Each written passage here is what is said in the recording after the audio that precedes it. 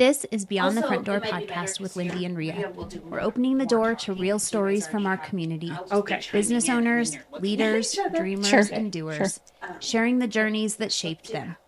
Our goal is simple: to support, spotlight, and celebrate the people around Okay. us. Are we ready? Come on Yes. in. Yes. Okay. Welcome everybody to Beyond the Front Door podcast with Lindy and Rhea. We are super honored to have Andrea Allen here as our guest today, talking about the Cowboy Cole Memorial Foundation and the Jae Foundation. So thank you so much for being here today. Well, thank you guys for inviting me. I look forward to the opportunity to share about our two organizations and what we're doing in the community. Awesome. Well, I guess if you'd start off and just tell us a little bit about yourself, like how long you've lived in Cheyenne, where you came from, kind of what you've been doing with yourself over the course of your life or career-wise until you started doing this. I was born in Sundance, lived in Kimmer for a while, and then I graduated from high school in Worland. We've been all over Wyoming Yes. a bit. And my husband and I both went to school at UW.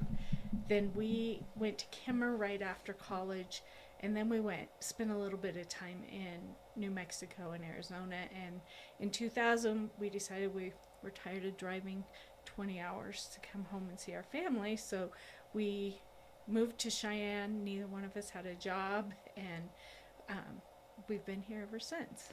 Good for you. I work for the highway department, and Shane works at Blue Cross Blue Shield. Okay. Lovely. So are you still at the highway? Yes. For the Wyoming Department of Transportation? Yes. Okay. Yep. Very nice. Well, we were just talking about Christina, so that makes sense that you work with Christina. Yes. Love that. So Andrea and I became connected because a mutual friend of ours, Becky Reed, the Laramie County coroner, had invited me to this fundraising event that is occurring here in March that we're going to talk about later. And so when she invited me, I said, well, I would really just love to have Andrea on to talk about the cause. And so she connected us. And thankfully, Andrea had some patience with me because there's what do you call the presentation that you have kids walk through? I just call it a J-boot presentation. J-boot presentation. Yes. And so she threw out a couple of options at me, and it's just, they weren't working. But thankfully I was able to get in there a couple of Fridays ago, and there were some kids coming in to participate in the J-boot presentation. And so I got to learn firsthand what that was about, which was a lot of fun and completely endearing. But overall, your mission is around suicide prevention. Yes. Correct. So actually, Becky is a perfect place to start the story. So our son, we have two children, Molly and Cole, and Cole graduated from Burns High School in May of 2021. So just post-COVID. Yeah, kind of coming off the heels of that. Yes, and he was really excited to get away from home, and he wanted to go somewhere warm. And he was got invited to be on the rodeo team at Central Arizona College in Casa Grande, Arizona. He loved to rope, and he was very talented at team roping. And he went.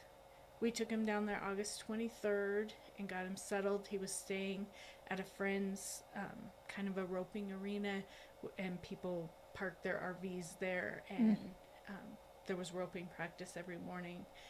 And then he was on the rodeo team. He was pretty excited at the beginning. A couple weeks in, he said, I'm lonely. And I said, you don't have to stay down there. You can come back. I offered to go down and help him with online school. Only one of his classes was in person. All the rest of them were online. I always find that interesting too, when you travel to a college to be there to go to classes, and then so many of them are just online. I do think it makes it hard to connect and make friends and build yourself kind of a social community. Yeah.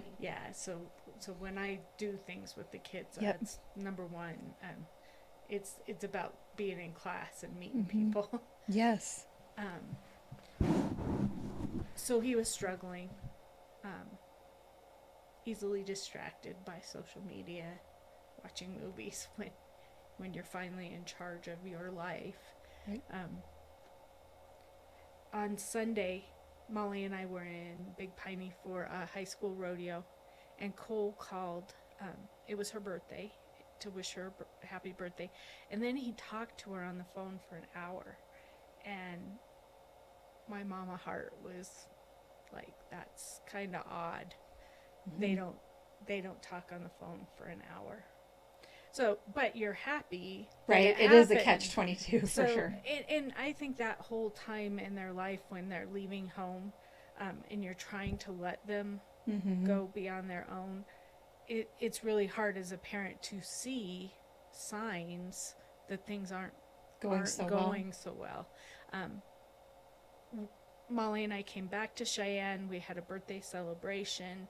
I think that might have been lonely that he's down there and the whole family's getting together for her birthday. Afterwards, Shane and I talked to Cole on the phone for an hour that night, together. And we talked about maybe now wasn't the right time to go to school. And going to school isn't for everybody. And maybe he should just go get a job somewhere and work for a while. And we ended the conversation with, think about it. You have options. And the next morning, Shane called me and told me that Cole had taken his life. We were completely stunned. Didn't even see it coming.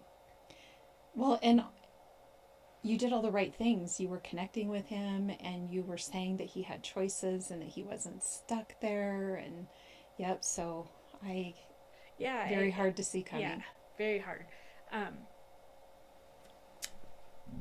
One of Cole's very close friends, Megan's mom, was the assistant coroner. And so, without being notified through the regular channels, Becky and Shar ended up at our house very soon after we found out. And when Becky left that day, she and I were standing in the driveway, and she said, "You can advocate for Cole." And I remember just looking at her thinking, how do you advocate for, what does that mean? And another one of our dear friends that was also friends of Cole's, was Rick Shum. And he's pretty prominent in our community and was on the chamber president. But he was a big part of inspiring us to be open and talk about what happened. And when people asked about Cole and things like that we'd do it. We'd ask if they wanted us to talk about it, we'd talk about it. I just want to stop you and say, first of all, we're so sorry for your loss. And that takes a lot of courage to be talking about it so regularly, because I know your hope is that other kids don't do that, right? Other people don't die by suicide. But in the meantime, you're grieving the loss of your son, through that process. So it takes a lot of courage to do what you're doing. Thank you. And I think the community was a big part of us deciding to do that. The encouragement from people out there. Rick's always compared it to breast cancer. He said, 30 years ago, you didn't say the word breast cancer. It was that women's disease. And he said, we got to start talking about it, and so that it's normal, and that kids know it's normal to have those kinds of feelings. The other thing that happened the day that Cole died was we went and got Molly from school, and we were at home, and all of our friends and family were there, and Molly came out on the front porch and she said, "I'm going to school tomorrow." And we were like, "What? You don't have to do that. What are you talking about? Why would you go to school?" And she said, "Those kids are gossiping and making things up, and I have to go tell him what really happened. Oh. And so that was the day that the three of us, Molly and Shane and I, decided that we needed to be open about what had happened and honest. And so we put a post on Facebook.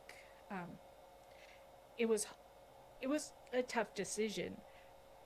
It was a blessing in disguise. I shared with people that I probably never would have shared something Mm-hmm. so personal. Um, People that I went to high school with reconnected. Um, I work out at White Eye, and there were people that came and talked to me about their stories, about getting their kids into counseling. Um, I know there's at least 2 or 3 young men out there that got help because we shared Cole's story. What the really special ones are people from Arizona, that boys I never met, that have shared how Cole's story made an impact on their lives. That's the best you can hope for in a situation like this, is to turn, what happened into hopefully preventing future tragedies, for sure. Yes. At the beginning, we didn't plan on starting a foundation. People donate money. Our intent was we'll do a scholarship for a few years, and then just friends connected us through the community. Blue Cross Blue Shield had a lot of connections, and somehow they had helped with 2 different events in Wyoming, and one of them was a virtual showing of my ascension, and that is a documentary about Emma Benoit, who is a 17-year-old girl from Louisiana who attempted to take her life, and she survived, and now she travels around the country speaking. um, she has found her gift. She's exceptional at it. We took her twice. We went out to the base. We've brought her to Cheyenne twice. Okay. And then she spoke. We did an event at the CFD Event Center, and then one at Cheyenne Hills Church, and then we took her out to Burns and Pine. But it was neat to watch her speak out at the base, because she just had this way that, some of those airmen would stand up and ask a question, and she could say, yeah, I'm not like you, but this is how it's the same. And she really was engaging, and the kids, I think, really got a lot out of her speaking. The other person that Blue Cross Blue Shield connected us was with PBS Wyoming, and they have a series called A Cowboy State of Mind, Mental Health Crisis, and Cole's story is in episode number 2, called Pickup Man. Amazing group of people that put those, and I know they're talking about funding and stuff, but so if you want to see what our PBS Wyoming does, they have some outstanding videos. I think there's 8 in the series. There might even be more than that now, and a couple of them have won national awards. But one of them's about first responders and suicide, military veterans, the reservation, and then ours kind of touched on that cowboy. Well, and youth are a risk. They're just at risk of dying by suicide because Yes. because too. It's, what's the best way to say it, that so I think I was telling you that when I came to your presentation, that all 3 of my sons, I have a 32-year-old stepson, and then my sons are 27 and 26, and they've all lost peers to suicide every year through their junior high and into college years. That's a lot. I don't even remember maybe one person dying when I was in high school, but my kids have all systematically seen people die, and unfortunately by suicide. And I think that we it's important that parents are taking the time to become educated on what it looks like, and really the prevalence here in Wyoming. I mean, Wyoming tends to toggle in the first couple of the top states Yes. in terms of people per capita that die by suicide. I think sometimes there's some really good work going on, and we maybe fall like within the top five, but we have spent a few years in the top one or two, Well, right? Brittany Wardell at the hospital, she will Yes. tell you that we've never not been in the top 10 Yes, that's for sure. since they've been keeping records. Yep. I just recently went to a work meeting in Casper, and I was really surprised as part of it. It was kind of a collaboration training kind of thing, and at the end of it, the gal that was teaching it talked about suicide prevention, and I when you're in one of those and you're like, wow, I can't believe, I'm so happy that you're talking about this. It's huge in construction, the Yep. construction industry. But she said Alaska, Montana, and Wyoming keep going back and forth for the top three. Yep. They call this the suicide belt, from Montana down to New Mexico and Arizona. And I think it's that rugged mentality Yep. that you have to pull your boots on and take care of it yourself and not talk about it. Yes. And so, right after during Cole's service, one of my friends had looked up what the colors were for suicide, and she said that suicide prevention is purple and teal, but suicide awareness is yellow. Um, in that moment, I couldn't even imagine how I could have prevented it. So that was part of the reason. And then it's easier to get a feather in one color. And so we asked our friends at CFD to order some feathers for us. And Tom Hersig had been impacted, 3 young men in a short year period of time that he knew, and he and Rick Shum and the UW Foundation had a meeting, and they talked about that. Yeah, our kids are learning about it at school, but as companies and businesses, we need to do more for our kids. And I think that all of them have stepped up and done more. Blue Cross Blue Shield has done quite a lot. They're funding a position at the Boys and Girls Clubs around Wyoming to help. One of the stories they talk about is that there was this little girl in Douglas that she would come in the morning, really rile everybody up, and through that position, that person was able to get her to the point where she would say, I need to step out and get my feelings together. Oh. And then I can come back. Yeah, that's a great way to put that. Yeah, really. And UW doesn't get a lot of credit for the things that they have done, but they have cowboy coaches, which are sophomores, that check in on the freshmen, make sure that, that extra touch, making sure that they aren't isolating themselves.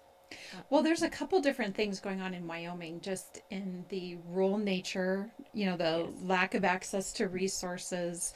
Our kids in so many towns across Wyoming are coming from small high school classes and then heading to the college or heading out into the country into big universities. So our kids, number one, are just a little bit sheltered here in Wyoming to an extent. But then also, like you say, there is sort of this pull yourself up by your bootstraps mentality that we don't really want to, intrude on other people's business, and we just need to be able to take care of ourselves. And that lack of connection combined with that mindset just is, well, and I throw on top of it all the time social media. Yes. I mean, since the onset of social media, our suicide numbers are definitely impacted by that, but these are all just things that Wyoming has to, it's a part of our kids life here. This is a tough time for them with COVID and technology and social media. It's a generation that doesn't know how to create deeper relationships, because when you're sharing through your text, you're not going to be vulnerable because you don't know when that person on the other end is going to walk away and leave the conversation. So you're never going to open up and be a little bit more vulnerable. So definitely challenges. I've learned a ton. There are some amazing people out in the counties who are Doing the hard work every day. Yeah, Yes. very, very good. So, and then Cheyenne Frontier Days did the CFD Pickup Man campaign. Right. Rick Shum told me he was gonna that we needed to get somebody big to do a video for us, and he told me they were gonna try and get Garth Brooks, and I was like, well, that's really sweet. It'll never happen, but it did. They got Garth Brooks to do a public service announcement, and you can go to the CFD website and under the foundation, and you can see that video. And they have a little video about what the yellow feather means and what being a pickup man means. So it's great, all the different ways that we're telling kids that it's okay not to be okay. And then after that first year, we got connected with the Jae Foundation, who was really Jae had passed in 2016. Jason knew he wanted to do something to turn that tragedy into something good, but COVID happened, and that really halted progress on what they had going on. So it was really 2021 was their first year that they really were getting started over there in Twin Falls. Jay was from Pinedale, but his friend Jason was working at Title I in Twin Falls, and so the foundation for Jae Foundation is in Twin Falls. But Jay was from Wyoming. Jason loves UW more than some of us. And so very much Wyoming oriented. And we're really excited that we are opening a Jae Foundation in Casper. It's coming soon. Oh, lovely. Yeah, so we're going to, we have probably gotten boots on 30 to 50% of the kids in the last 2 years in the state. When Jason threw out this ultimate goal, it was every senior every year in every county, and that would get a pair of cowboy boots. Would go through the Jae boot presentation. And that's a big goal. And so let's talk about that. How many high school students is that? Like, how many seniors? 6,000 across the state. Okay. And we have 1,000 in Laramie County. So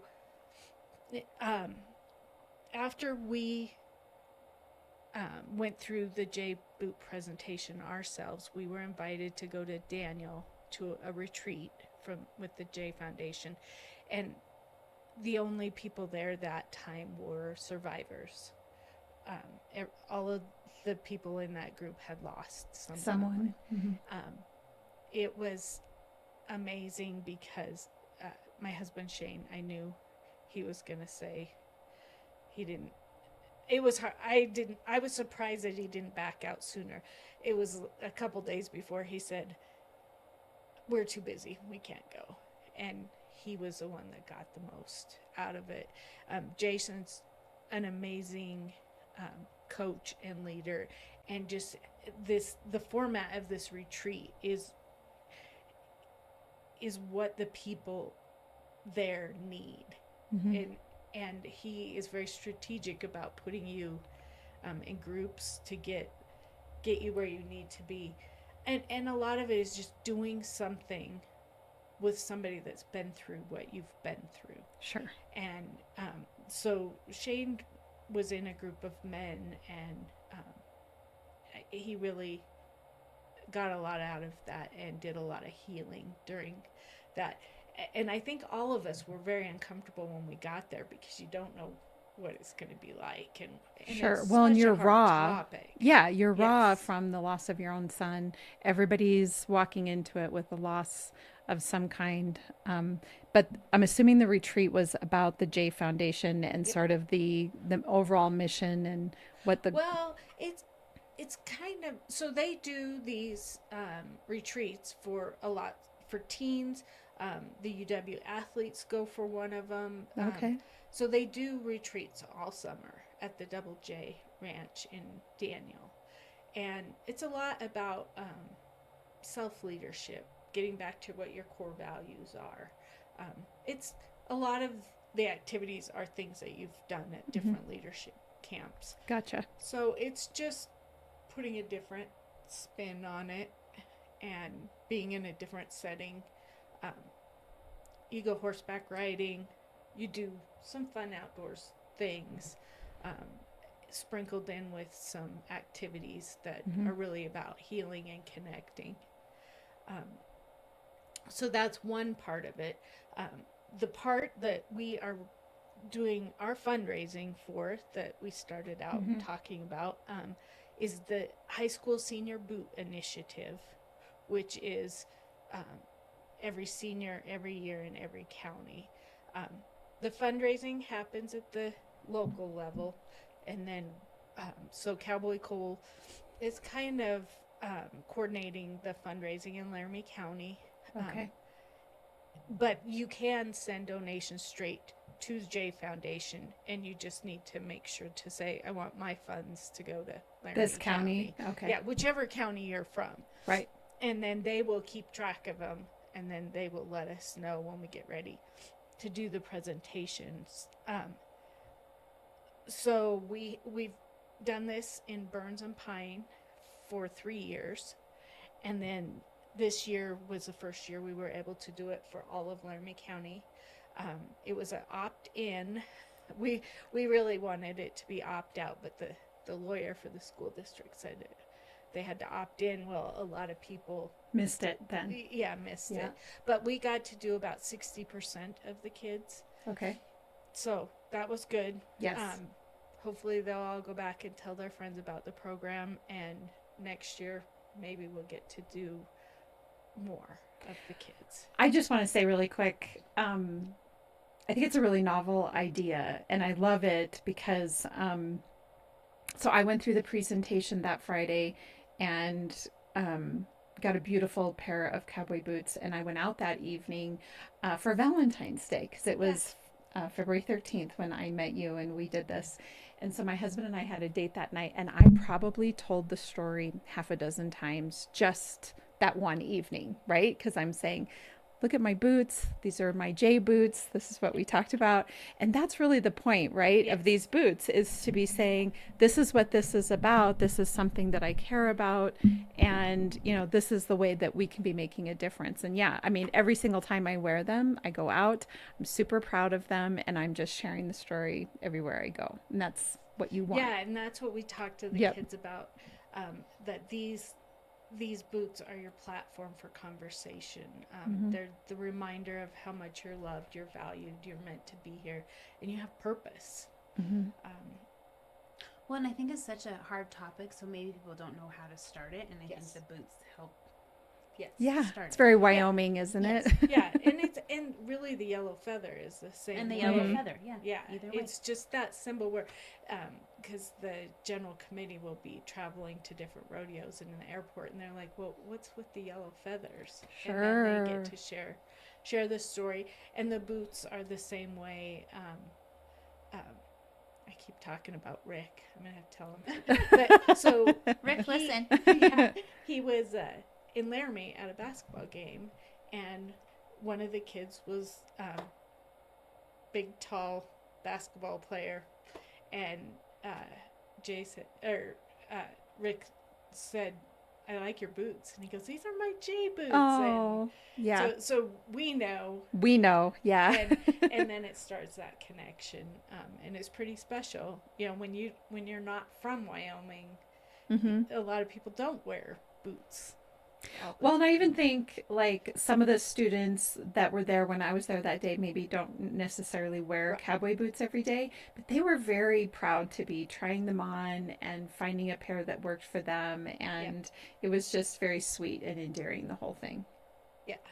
Hmm. They and we try to tell them too, even if you don't wear your boots all the time, if they're sitting by the closet and you get up and you see them, you're going to remember to check in on people. Look for people that are isolating themselves, um, and that kind of thing. So it's a reminder. Yes. So we're doing two big fundraisers. A lot of times we go into the different businesses and ask them to pledge. Last year, Jonah Bank sponsored an event, and all of the banks participated, um, which really kicked off things. We put on two fundraisers. We did one at Pine Bluffs Distillery, and we're doing that one Was again. that this last weekend? No, it's next. Oh, this is the March one coming up. Okay. Yeah, March 14th. Yep. Yeah, and that will be out at the distillery, and the Harding Ranch is donating the tri-tip. Then so for $20 you can get a tri-tip dinner, and then if you want to drink beer, there you can get a wristband for all the beer you can drink for 30, and then the cocktails are half off, and their cocktails are amazing. Yes. Out there. It's a lovely tree. facility Yes, out there. It is. And it's family friendly. So we set up the meal back in the back part. So kids are welcome. There's a place for them out there. We'll have a silent auction. Jim Wilkerson will be out there playing music. And then we are raffling off a Josh Allen mini MVP helmet is one of the auctions, and then we'll have two firearms. And that's in Wyoming. Those go over well. Yes, they do. And then we'll do a silent auction. Love it. For that fundraiser. And so it's the 6th annual Tri-Tip Dinner fundraiser, Saturday, March 14th from 4 p.m. to 7 p.m. at the Pine Bluffs Distillery. yes. And then we're going to do another one. Last year we did our second one in May at Westby's Edge. And we're going to, I don't have the date for that one exactly, but I think it's going to be that first or second Wednesday in May. We try to do May because May is Mental Health Month. And we try to have all of our money raised by June so that the Jae Foundation can get things scheduled on the volunteer end. And if anybody wants to help with the events, it takes an army of people to put this on. We're unpacking the boots and setting the boots up, and then we have people that are in there helping the kids find boots, make sure the boots fit right, and helping make sure this event goes smoothly. So we kind of set up a boot store over there for about 3 weeks. Yeah, so that was one of the things that I wasn't expecting when I went and met with her, is that she did have a display of boots, like a store, and then like a back inventory room. So it's not like it was overwhelming, honestly, because I just was so touched by the whole thing, because I'm in there and Andrea's asking me, what size boot do I wear? And it's not like, it's like a store. Like she comes out with all these different, with my size, with all these different boots to try on. And I'm like, it's humbling. It's incredibly humbling. And it's an experience, right? I think that's what you're doing with the J boot presentation, and that so that you want to go tell people about yes. Yes. Yeah, and we get a lot of people that will say, "Oh, I don't want to do it. You take the money so that the kids can do it." Yeah, that's how I was. I was you like, to do it. Yeah. That's weird. Like, I don't need them. You're like, you do. You need to tell everybody about them. Yeah. Yeah. So that's the reason we want. Yeah.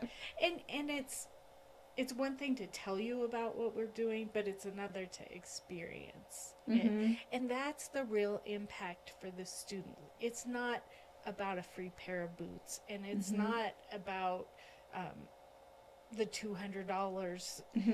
It's about this memorable experience that is going to stay with them for hopefully the rest of their lives. Mm-hmm.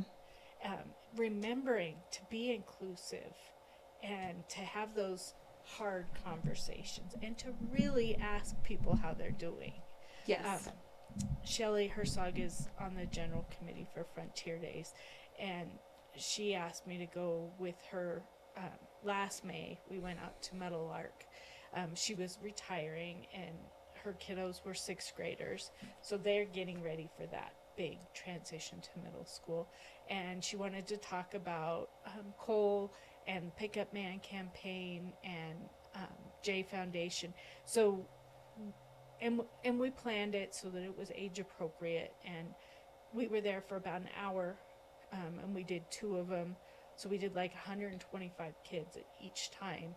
Um, she kind of opened up, talked about the yellow feather and the pickup man and what it meant to be a pickup man. And some of the other guys from the general committee came to help. Um, then we showed a little bit of the PBS special about Cole. And then we talked about what it means to do a self boot check. On a self boot check, we have a little circle drawn up. And it's the 8 pillars of your mental health, and it's how you look at that and you rate, am I doing pretty well, am I not doing so good, am I in crisis? And then we talked to him about that if you hit crisis in 3 of those 8 areas, then it's more than you can handle. You can't take care of it yourself, and you need to reach out at that point. So it's preparing them with the tools that they're going to need when they're not at home. And so then the activity we did with the kids, we had them get in little groups of 6-7 kids, and then we had them talk about what would it look like if my friends were not sleeping well, not eating well, not getting out and moving, and not being creative. Maybe they experienced a breakup. I do feel like we see a little bit around young people that are going through a breakup that are learning how to process those feelings. Yeah, and that's when I do my presentations and talk about Cole, I talk about that self boot check, because I think had Cole known what was happening, I don't think he knew that it was depression. He didn't know why he was feeling the way he was feeling. He just didn't want to feel that way anymore. So I think it's getting down to this simple education of what your mental health looks like. But the really impactful part of Shelley setting that up at Meadowlark was, so we talked to 250 kids, and the next week there were half a dozen kids that got help, that needed help. Oh, good. So, because especially when we go fundraising, everybody's like, well, I don't know if this works. Well, so it's hard to show people that this works. This is worth it. So Talking about it. Oh, that's holding it together. Well, and I think that when we're talking about suicide, more often than not, it's an impulsive decision. Like there are situations where there's some chronic stressors, crises that are going on that there just doesn't feel to be a way out of, and the chronic makes up a much smaller portion of the population. It's out there, but usually it's much more acute. There's an immediate crisis going on. There's immediate feelings about things, and that decision gets made. And we hear that one gentleman, Kevin, I forget his name, that jumped off the Golden Gate Bridge, that once he jumped, he instantly regretted that decision of jumping, but he had the blessing of various things that occurred once he hit the water that eventually saved his life and did not kill him. But most people, once they jump, they instantly regret that decision and they can't go back, or the ones that live can, but the ones that do not can't. And so it is an impulsive decision. And I think that the more aware that parents are, the more that we're talking about it. And like you say, normalizing the conversation, Yes. that's really what it comes down to, that we have to be willing to have these conversations. And it can't be a situation of, my kid would never do that, or my husband would never do that, or whatever. You don't really know what's going on until you take the time and ask the questions and find out how people are doing and do check-ins. So There, I think Shane and Molly did a really good job in the Cowboy State of Mind PBS video. But one thing that Shane talks about is when you look at a group of kids, you're going to think it's this one and this one, and it might be this one. right. So yeah, it is not race. It is not wealth. It doesn't discriminate. It No. doesn't discriminate. No. You don't know who's out there struggling. And just really quick, I guess, for anybody listening, if there's somebody in your life that you think is considering, or you yourself are, there's resources. I mean, the main one at your fingertips is 988, Yes. is the suicide prevention hotline. Yes. And And it's non geolocational, so the cops are not going to show up at your house. Right. Their purpose is to listen to you and help you through your Mm-hmm. crisis. That's correct. We do have a couple call centers here in Wyoming. We didn't used to have call centers here, but the point is, when you do call, if you do call, it's helpful for them to have like a Wyoming, to know the resources available here in Wyoming. Sometimes you might get routed out of the state, but for the most part, and I think you can text, right? Not just Yes, call, but you can text. Yep. But even beyond that, if your child is in school, you can talk to your school teacher, your school principal, your school resource officer, your school counselor. There are people that are there and want to help. Nobody wants to see a young person die by suicide, and nobody wants to see anybody die by suicide. So it really and the answer isn't always going to be that you're just admitted somewhere. Like there's a spectrum of crises. There's a spectrum of situations that people are going through. And there's a whole lot of steps that can occur between the initial, I need support and I need help, to, potentially being admitted somewhere. That's a much more rare situation. There's a lot of things that can be done in between to help people get through the immediate crisis.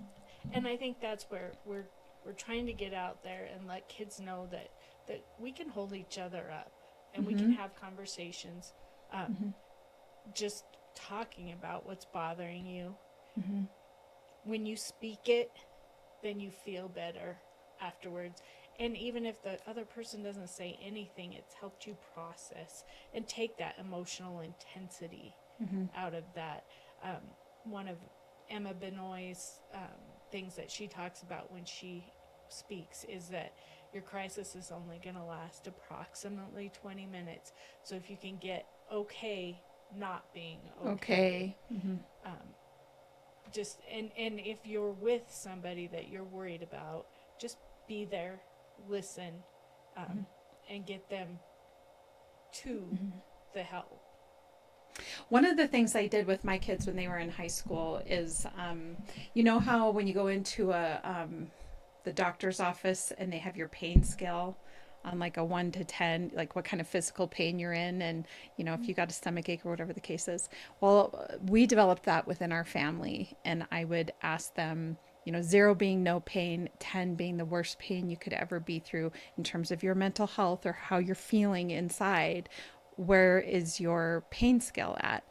And I just used it as a way to normalize the conversation and be like, tell me what your pain is today. Anything up over a 5, warranted, for me anyway, in my family, and every family has to do it differently, or they're in their own way, but this is how we did it. And anything over a 5 warranted additional conversation. And if we're getting up into 7, 8, 9 territory, then we got to be starting to take some steps. And so this was very useful for me, because then it was just a kind of, and I had sons. You say to kids, how are you? Yeah, and it's fine. I'm fine. Yeah, and I had sons, and So if you do a sometimes number, sons don't maybe open they up. Don't have to say the find a word to describe it. Yes, it did. And there were a few times. I mean, and this is the deal. Like I said, my kids all lost at least one peer to suicide from 6th grade on and into their college years. They've lost way more peers than I think anybody should have to in their lifetime. And you do start to be like, oh my gosh, this could happen to me. This could happen to my kids. This could happen somewhere in my family. And then you start to I started to panic a little bit. I'm like, how do we manage this? And so how we did it, because we had all sons, was the number system, in terms of mental health today, mental pain today, where are you at? And, and there were a handful of times they were above a 5, and we, had to work through it. So it's important that parents be checking in with their kids. And you did it. You were checking in. And unfortunately with your son, it was an impulsive moment. I'm certain, that happened. Yeah. So, is there anything else you want to share? I just want to tell you about one other amazing community member that we have is Dominic Syracuse, who does the, I love it that everyone you said has been on our podcast. Yeah. Except for Rick. Apparently we need Rick on. Rick. He's a CFD. He's all retired now. Okay. So Dominic and I do a lot of stuff together, and we went to Lyman in January, and so this is the connections you make at CFD. So during the rodeo, we were up there in the booth with Union Wireless, and Tressa Barnes asked me about the Yellow Feather and the Picket Man campaign, and she wanted to know if we could come and do something for the teachers in their school district in Lyman Mountain View, and I said, yeah, sure, we'll put something together. And then I knew Dominic had done the Helping Heroes and the Comedy That Cares, and I asked him if he wanted to go with me and go over there. And this was really divine, because we planned all that in August, and a week or two before we were there, they had a murder-suicide. Oh. And for us to be able to be in their place when they really needed the help, and he's amazing at knowing how to connect with people. And he is really great. And share how the science of it, your cortisol, your dopamine, and people's reaction. In this case, we were talking a lot about domestic violence, relationship. I mean, they were talking about this starting at 11 years old. Wow. Having these unhealthy, dominating relationships. And one of his exercises was to put your hand up, because the community was, we can see this domestic violence relationship, but if they won't do anything, what do you do? And it's so frustrating. And he held up his hand, and then the person next to him put their hand, and then he started pushing on it, and then she started pushing back, and he said it's just a natural response to resist when. And the suicide is the same thing when you're trying to talk to them. If you try and tell them how to fix it and what they need to do, sometimes they're going to resist, and that we have to just educate and be there with them for all of those hard things. I completely agree with you. And to speak to your point, back when I was teaching QPR classes, question, persuade, refer, which is like a CPR class, and if you haven't been through QPR, you should. The one thing we would encourage people to say, if you're concerned about somebody, is just to ask them outright if they are considering suicide. And it's sort of a lot of people believe that you're planting the seed of it if you do it, and that has proven to not be the case, number one. But number two, what we've also learned is on the flip side, that person 9 times out of 10, nobody has asked them that question. So it's a relief. Like it's like this 100-pound backpack that they've been carrying, and you just asking and opening up the conversation lightens their load and can do some immediate good, just having them feel heard. Yes. Right? That's what you've been saying. Yep. Yeah, it's a tough conversation to have, but it's important that you have it, you know. And and I'm just going to throw this out there really quick. The way you say it, no matter what, the most important thing is that you ask the question. The way that you say it matters less, but just do think about the way that you say it. Because if you say, you're not thinking about suicide, are you? You put that person on the defense a little bit, right? Like Yes. whenever you frame Like, any you question want me like to that, answer no. right? So I That guess is I'm what gonna say no. that is. You're exactly right, Lindy. Because anytime anybody frames any question that way, you didn't do this, did you? Then you're sending the message to that person you don't want to know the answer. You know, so open-ended questions. Yes. So yes. And I have QPR training too, so I'm like, Oh, I don't know yay. where she got Got all that. this. So, but I've never done a training, so I'd be happy to go out there and Yes. do some QPR PR training. I let my certification lapse. I probably need to re-up it and get back out there and start teaching wherever I can, because it's a I mean there's far more extensive like assist trainings and things of that nature that go deeper into suicide prevention, but QPR is sort of the down and dirty, kind of like 911. How can we save a life right now? So. And I think the biggest thing that I've learned from Emma Benoit and from QPR, it's about having the conversation, discussing it. Doesn't matter exactly what we're talking about, as long as we're talking about it. Yeah, I agree.